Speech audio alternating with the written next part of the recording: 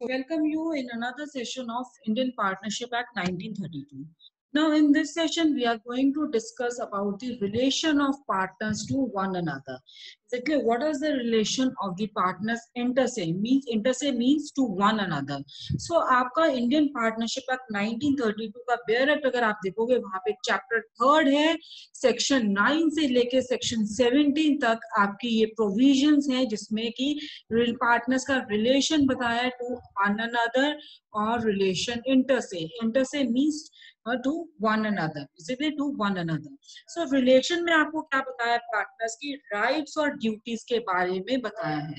Section 9 से लेके section 17 तक आपकी जो प्रोविजंस है उसमें पार्टनर्स की राइट्स के बारे में, पार्टनर्स की ड्यूटीज के बारे में बताया है. सो सबसे पहले we are going to discuss about the duties of the partner.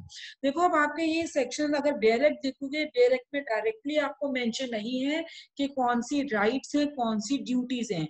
जब आप उन प्रोविजंस को पढ़ोगे उससे आपको क्लियर होगा कि कौन सी ड्यूटी है, कौन सी राइट है. तो पहले मैं आपको, you can note down if you want, मैं आपको नोट डाउन करवा देती हूँ कि ड्यूटीज कौन कौन सी हैं. सबसे पहले सेक्शन 9 में आपकी ड्यूटी है duty of absolute good faith. Section 9, duty of absolute good faith. Then comes section 10. Section 9 में सॉरी आपकी एक और ड्यूटी है, duty to render true accounts. So you have two duties under section 9, that is duty of absolute good faith और duty to render true accounts. Then आपका section 10 आता है जिसमें कि duty to indemnify for fraud, duty to indemnify for fraud. Then comes section 12 में आपका है duty of due diligence, section 12 clause B. Section 12 clause B और सेक्शन 13 क्लॉज एफ को एक साथ पढ़ेंगे, duty of due diligence. Is it clear? Then comes section 15, proper use of property. Proper use of property ये आपका section 15 में भी दिया है और सेक्शन 16 क्लॉज ए में भी दिया है. और सेक्शन 16 को एज अ होल भी अगर आप पढ़ोगे तो वहां पे आपको another duty you can write, duty to account for personal profit, duty to account for personal profit. Then 16B, duty not to compete. 16 clause B, duty not to compete. So we have 7 duties. Repeating it again, section 9, duty of a absolute good faith. Next है section 9 में ही duty to render true accounts. Then section 10, duty to indemnify for fraud. Then section 12B and 13F, duty of due diligence. Then section 15 and 16 clause A, proper use of property. Then section 16 as a whole you can write duty to account for personal profit, and section 16 clause B, duty not to compete. Clear? तो ये आपकी duties हैं partners की. Then we are rights of partners. Rights of partners, तो partners की यहाँ पे rights क्या है, अब इसको भी आप एक बार देख लीजिए. What are the rights of the partners? So section 12 clause A, right to take part in business. Section 12 clause A, right to take part in business. 12 clause D में majority rights है. 12D में again third right जो है वो भी 12D में है, access to books. Then 13A में right to remuneration है. 13B में right to profits है. 13C और D में right to interest on capital है. 13C and D right to interest on capital, and 13E is right to indemnity. So again we have 7 rights over here, 7 duties हैं और 7 ही rights हैं आपकी. अब ये जो आपका just there are 2 fundamental principles, ठीक है, rights और duties बता दिए. Now let us start with the topic. So there are 2 fundamental principles जो कि partners के relation को govern कर रहे हैं. There are 2 fundamental principles which are governing the relation of partners to one another. सबसे पहला प्रिंसिपल क्या है? फर्स्ट प्रिंसिपल आपको पार्टनर्स को फ्रीडम देता है कि वो अपने म्यूचुअल राइट्स और ड्यूटीज को सेटल कर सकते हैं। They can settle their mutual rights and duties by their own voluntary agreement. So जो स्टेटमेंट है ड्यूटीज और राइट्स की, वो प्रीफेस्ड होंगे कंटेंट्स के साथ सेक्शन 11 के, जो कि सेक्शन 11 क्या है? पार्टनर्स को फ्रीडम दे रहे हैं कि वो अपने आप अपनी म्यूचुअल राइट्स और ड्यूटीज को डिटरमाइन कर सकते हैं, अपने अग्रीमेंट से वो डिटरमाइन कर सकते हैं। तो जो कुछ ड्यूटीज हैं जो कि इस चैप्टर में भी स्टेटेड है, जो कंपल्सरी ड्यूटीज को आपको पार्टनर्स को परफॉर्म करना पड़ेगा, और वो जो ड्यूटीज हैं that will not be affected by there agreement. अगर आप ये कह दो अग्रीमेंट में कि जो हमारी लॉ में ड्यूटीज है, पार्टनरशिप में ड्यूटीज लिखी है, हम उसको नहीं मान रहे हैं, नो, वो राइट ड्यूटीज आपकी अफेक्ट नहीं होगी। Is it clear? तो अब सेकंड प्रिंसिपल क्या है? सेकंड प्रिंसिपल ये बहुत इंपॉर्टेंट है पार्टनर्स के रिलेशनशिप को डिटरमाइन करने के लिए, and it is based upon the fundamental principle of absolute good faith. तो इट मीन्स हर एक जो पार्टनर है वो अनलिमिटेड एजेंट है अपने दूसरे पार्टनर का, जितने भी पार्टनर्स बिजनेस से कनेक्टेड है उसके लिए he is an agent. So he has a power to bind them into amount of liability. तो जो म्यूचुअल ट्रस्ट है, कॉन्फिडेंस है अमंग दी पार्टनर्स, तो मीन्स कि उनका जो रिलेशनशिप है वो किस पे बेस्ड है? फिड्यूशरी रिलेशनशिप पे बेस्ड है, मीन्स की relation of trust and confidence. Is it relation of trust and confidence? Now duties को डिस्कस करने से पहले we are going to discuss about section 11। Section 11 क्या कह रहा है आपका? सेक्शन 11 जो इस एक्ट का है, वहां पे जनरल रूल है दिया गया है कि जो म्यूचुअल राइट्स और ड्यूटीज है पार्टनर्स की, वो डिटरमाइन कर सकते हैं अपने म्यूचुअल एग्रीमेंट से, अपने एग्रीमेंट से, अपने कॉन्ट्रैक्ट से उसको डिटरमाइन आप कर सकते हो। Is it clear? So section 11 जो है वो मोस्ट इंपॉर्टेंट प्रिंसिपल है, जो मैंने आपको अभी बताया है, ठीक है, कि वो दो फंडामेंटल प्रिंसिपल्स हैं। तो फर्स्ट प्रिंसिपल वो सेक्शन 11 पे ही बेस्ड है। तो यहाँ पे अब ये पार्टीज है, नो डाउट वो अपनी इन्वेस्टमेंट है, लेबर है, कितनी करनी है इन्वेस्टमेंट, वो उसको कितनी रेम्यूनरेशन देनी है, that is they can decide. लेकिन जो यहाँ पे हमारे पास एक्ट में ड्यूटीज दी गई हैं, वो उस ड्यूटीज को वो वायलेट नहीं कर सकते, वो ड्यूटीज उनके एग्रीमेंट से अफेक्ट नहीं होगी।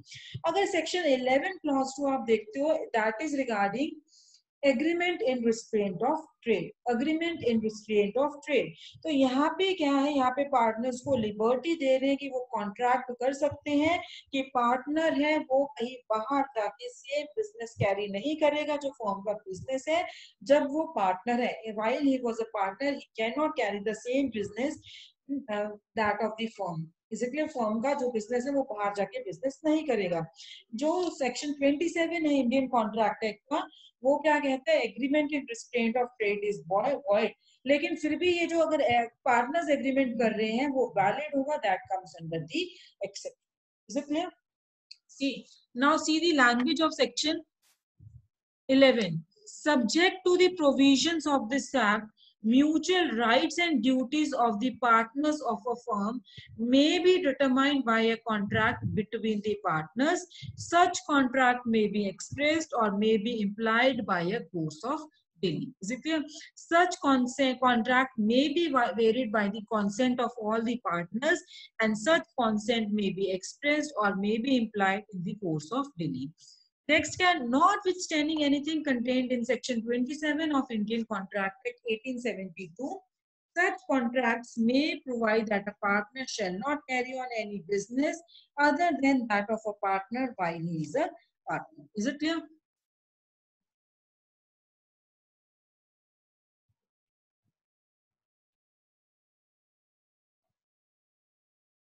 Now we are going to discuss the duties.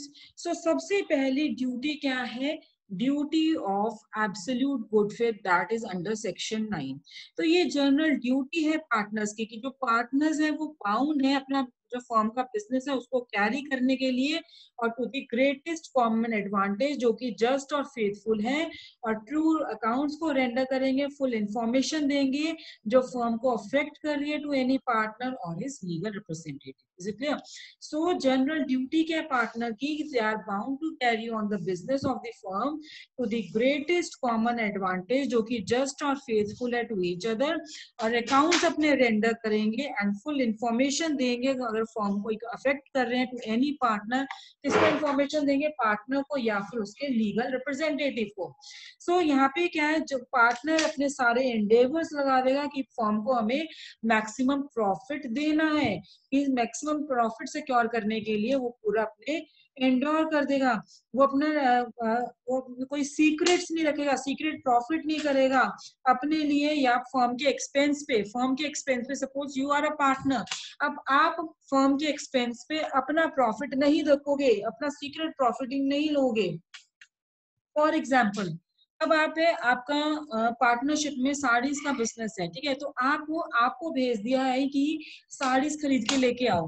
अब जब आप साड़ी खरीदने जा रहे हो तो वहां पे वो आपको 40 साड़ी चाहिए थी, लेकिन वहां पे शॉपकीपर कह रहा है कि अगर आप 50 साड़ी खरीदोगे तो एक साड़ी के पीछे मैं आपको 100 रुपया छोड़ दूंगा। अब यहाँ पे आपको प्रॉफिट हो रहा है, तो आपने सोचा है कि ठीक है 50 साड़ी खरीद ली आपने। अब खरीदी किसकी है, पार्टनरशिप फॉर्म के एक्सपेंसेस पे खरीदी है। तो वहां पे क्या है, जब पार्टनरशिप फॉर्म के एक्सपेंसेस पे आपने खरीदे, वो फॉर्म को तो 40 साड़ी चाहिए थी, आपने क्या 40 साड़ी पार्टनरशिप फॉर्म में दे दी, 10 साड़ी अपने लिए रख ली है कि मैं बेच दूंगा। लेकिन अगर बात that is a secret profit, और किसके एक्सपेंसेस पे लिया, पार्टनरशिप फॉर्म पे, तो वहां पे अगर पार्टनर्स को पता लगेगा तो वो कहीं आपसे डिमांड कर सकते हैं कि ये मेरे को ये प्रॉफिट जो आपने किया है 10 साड़ी में से इस प्रॉफिट को तो हमें भी डिवाइड करो ये प्रॉफिट का, इसलिए हमारे साथ भी ये प्रॉफिट शेयर करो। That is duty of good faith. Is it clear? Next duty क्या है आपकी, duty not to duty to carry on business to the greatest common advantage. यहाँ पे क्या है ड्यूटी, इट मींस ये भी मैंने आपको वही चीज बता दी, गुड फेथ पे है, और आप बिजनेस क्या पूरे एफर्ट्स लगा रहे हो अपने बिजनेस को कैरी ऑन करने के लिए। Is it clear?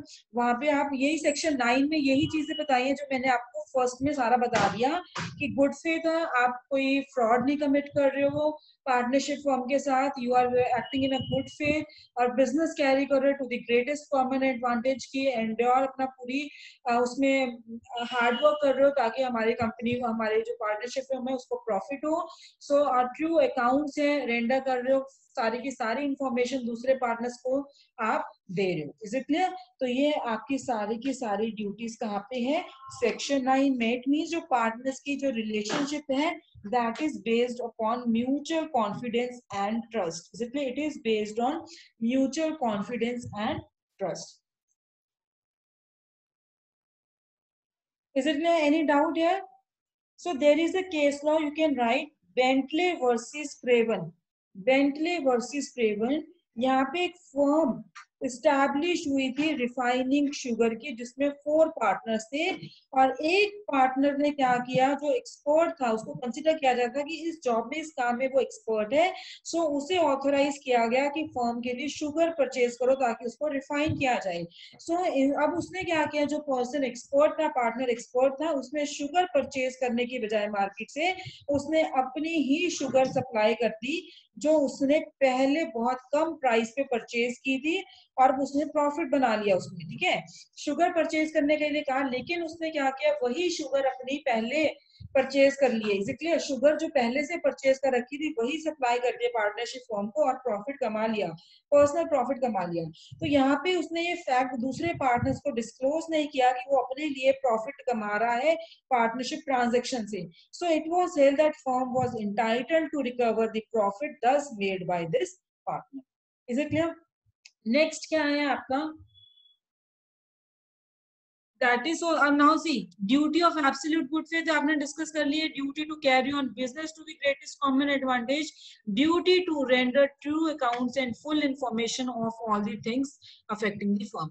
अब आपकी फोर्थ ड्यूटी क्या है, duty to indemnify for fraud, कि अगर अब आपने कोई फ्रॉड कमिट किया है, ठीक है, तो फ्रॉड कमिट किया है, उस फ्रॉड को आपकी ड्यूटी क्या बनती है कि आप वो फ्रॉड को कंपनसेट करोगे, उसको इंडेमनिफाई करोगे। ठीक है, तो सेक्शन 10 में ये आपकी ड्यूटी दी गई है। सेक्शन 10 में क्या है कि पार्टनर की ड्यूटी है वो फर्म को इंडेमनिफाई करेगा अगर उसकी वजह से फर्म को कोई लॉस हुआ है, उसने कोई फ्रॉड कमिट किया है, उसको लॉस हुआ है। So firm is liable not only for the contract, see firm it is not only liable for the not only for the contract made by one on behalf of other, but also for the wrongful act or omission of partner जो कि ordinary course of business में act कर रही है। सो अगर partner ने fraud commit किया किसी से थर्ड पार्टी के अगेंस्ट, जब वो ऑर्डिनरी कोर्स ऑफ बिजनेस में एक्ट कर रहे हैं, थर्ड पार्टी किसको लायबल ठहराएगी? फर्म को लायबल ठहराएगी। और फर्म किसको रिकवर करेगा अपना लॉस है जो उसने फ्रॉड से कमिट किया? जिस पार्टनर ने फ्रॉड कमिट किया है। इसलिए सेक्शन 10 एंटाइटल है कि firm to recover the indemnity from the partner guilty of fraud, क्योंकि वही है फर्म को, उसकी वजह से ही फर्म को लॉस हुआ है। Is it clear? सो यहाँ पे क्या है आपका कि जो ड्यूटी है वो फ्रॉड किसने किया है, तो वो उस पार्टनर ही इंडेमनिफाई करेगा। See every partner shall indemnify the firm for any loss caused by fraud if the conduct in the conduct of the business of the firm. तो ये जो सेक्शन है ये दूसरी एस्पेक्ट है बेसिक ड्यूटी ऑफ पार्टनर कि वो अपने आप कंडक्ट करते हैं fairly, honestly, both towards their co-partners and persons जो फर्म से डील कर रहे हैं। सो अगर पार्टनर है वो फॉल्टर है फ्रॉम द पाथ और the loss is caused to the firm, वो एक्सक्लूसिवली लायबल होगा फर्म के लिए। See there is a case law Campbell versus Campbell. कुछ इलीगल परचेजेस है वो इफेक्ट की थी मैनेजिंग पार्टनर ने, और जो प्लेंटिफ है, प्लेंटिफ पार्टनर है, उसको नॉलेज नहीं थी।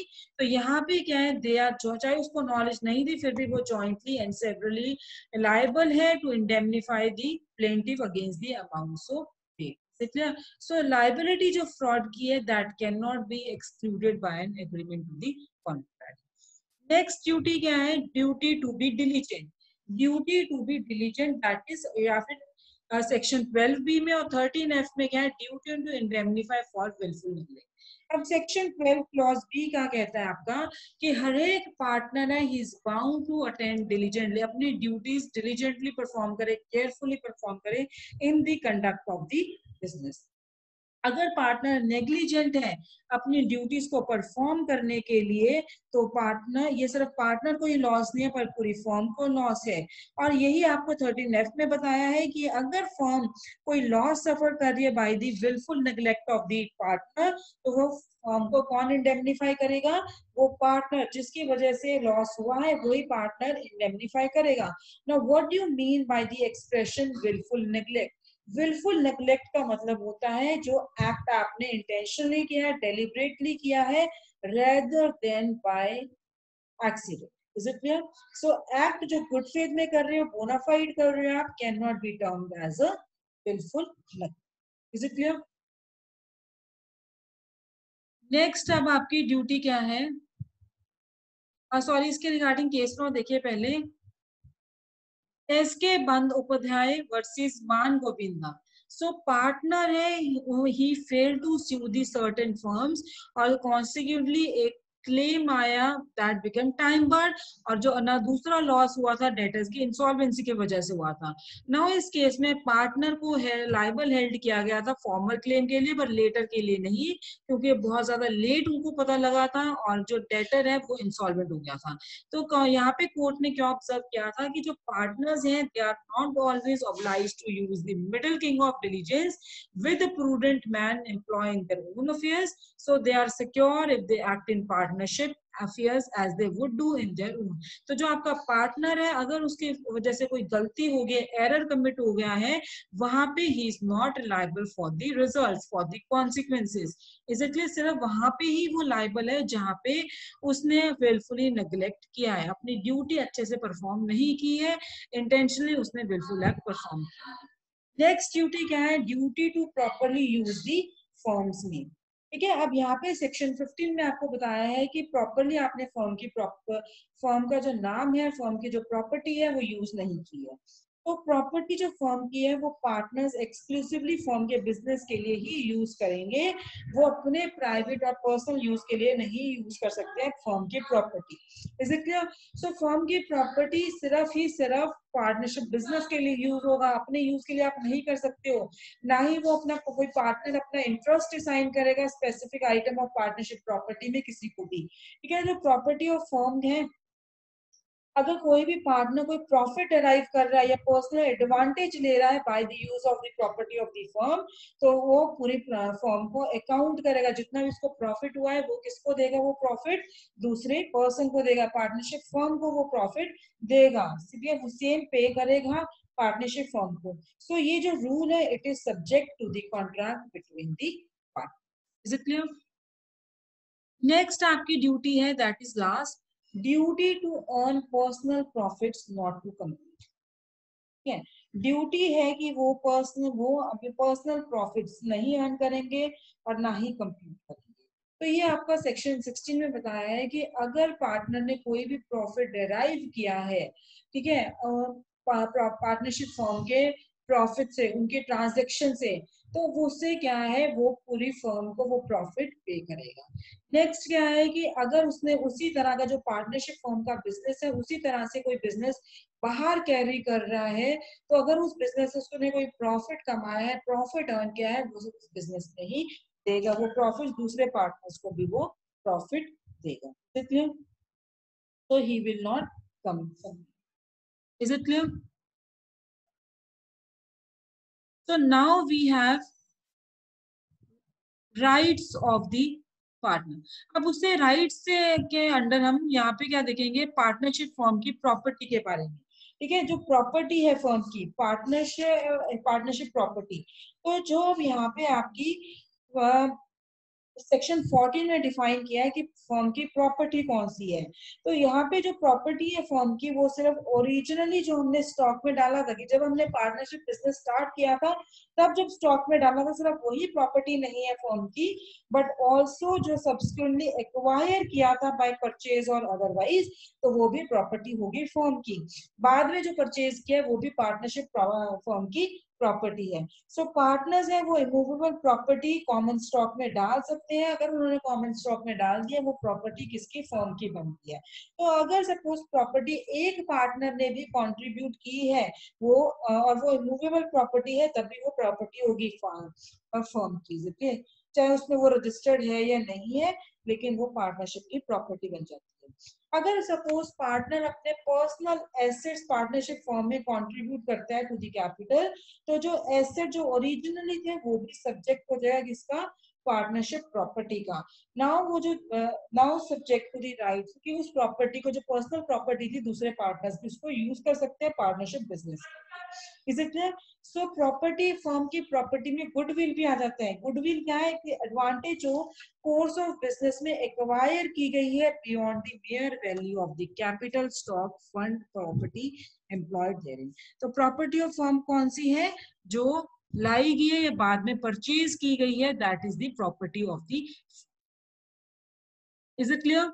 So now we are going to discuss what are the rights of the firm, sorry rights of the partner. पहले हमने ड्यूटीज डिस्कस की है, अब हम डिस्कस करेंगे राइट्स के, पार्टनर्स की राइट्स क्या है। Is it clear? तो पार्टनर्स की जो राइट्स हैं दैट इज फर्स्ट राइट के कंडक्ट ऑफ द बिजनेस, कि किस तरह से बिजनेस को कंडक्ट करना है। तो right to take part in the conduct of the business, हर एक पार्टनर के पास राइट है कि वो जो बिजनेस है, पार्टनरशिप फर्म का बिजनेस है, उसमें पार्टिसिपेट कर सकते हैं। सो क्योंकि जो बिजनेस है पार्टनरशिप का वो सारे पार्टनर्स को बिलोंग कर रहा है, so every partner he is entitled to take part in the conduct of the business. Partners है वो फ्री है to provide in their agreement. partners हैं, they are free to provide in their agreements कि some of them will take part in the conduct of the business, और कुछ other persons हैं वो नहीं कर सकते। ठीक है, वो agreement कर सकते हैं, otherwise अगर agreement नहीं है तो यहाँ पे क्या है, हर एक पार्टनर के पास राइट है कि वो बिजनेस के कंडक्ट में किस तरह से बिजनेस कंडक्ट करना है वो पार्टिसिपेट कर सकती है। नेक्स्ट राइट क्या है, सेक्शन 12 क्लॉज सी में है, वो है right to express opinion. Right to express opinion, अब पार्टनर की राइट है कि वो अपने अपना जो ओपिनियन है उसको भी एक्सप्रेस कर सकते हैं। Is it clear? तो इस प्रोविजन के अकॉर्डिंग अगर पार्टनर्स के बीच में डिफरेंस ऑफ ओपिनियंस है तो मेजॉरिटी ऑफ पार्टनर्स है वो माइनॉरिटी को इग्नोर नहीं करेंगे और डिसीजन नहीं ले सकते without consulting them. Suppose there are 5 partners, 3 की मेजॉरिटी है और वो जो 2 लोग बच गए हैं उन 2 लोगों के बिना पूछे वो कोई भी डिसीजन नहीं ले सकते जिनकी मेजॉरिटी है, सिर्फ माइनॉरिटी को वो कंसीडर करेंगे, चाहे वो कोई ऑर्डिनरी मैटर है which is connected with the business या फिर मैटर आपका फंडामेंटल इंपॉर्टेंस का है। Is it clear? सो यहाँ पे क्या है, it means they are not going to ignore the minority जिनका डिसीजन कम पोस्ट में है तो उसका उन्हें वो डिसीजन नहीं लेंगे without consulting the minority. Next क्या है आपकी right to have access to the books of the firm. 12D, right to have access to the books of the firm. तो यहाँ पे क्या हर एक पार्टनर के पास राइट है कि वो आपके जो पार्टनरशिप फर्म की बुक्स हैं उसको असेस कर सकते हैं, इंस्पेक्ट कर सकते हैं, और ये जो राइट है ये दोनों एक्टिव और डॉर्मेंट पार्टनर्स को अवेलेबल है। ये जो राइट है ये सिर्फ आपकी बुक्स ऑफ अकाउंट्स के रिलेशन में नहीं है, कोई भी बुक्स है जो फर्म की है, सो पार्टनर है could exercise the right either personally और by engaging an agent for the purpose. अब नेक्स्ट राइट क्या है आपकी 13B में है। 13B क्या कह रहा है, right to share the profits, right to share the profits. तो अब यहाँ पे क्या है 13B में कि हर एक पार्टनर के पास राइट है वो प्रॉफिट शेयर करेंगे। जो पार्टनर्स हैं अगर उन्होंने एग्रीमेंट में प्रोवाइड किया है कि कितना प्रपोर्शन कौन सा पार्टनर शेयर करेगा अकॉर्डिंगली, अदरवाइज वो क्या है इक्वल शेयर।